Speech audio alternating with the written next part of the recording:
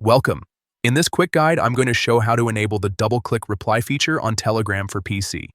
This is a new update that makes replying to messages much faster and more convenient, especially if you chat a lot or manage multiple conversations.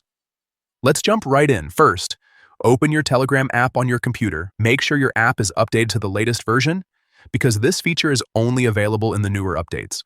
Once Telegram is open, look at the top left corner of the screen. You'll see three horizontal lines. Go ahead and click on those lines to open the main menu. From the menu, click on Settings.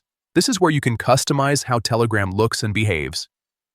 Inside the Settings page, find and select Chat Settings. This section controls how your messages and chats function.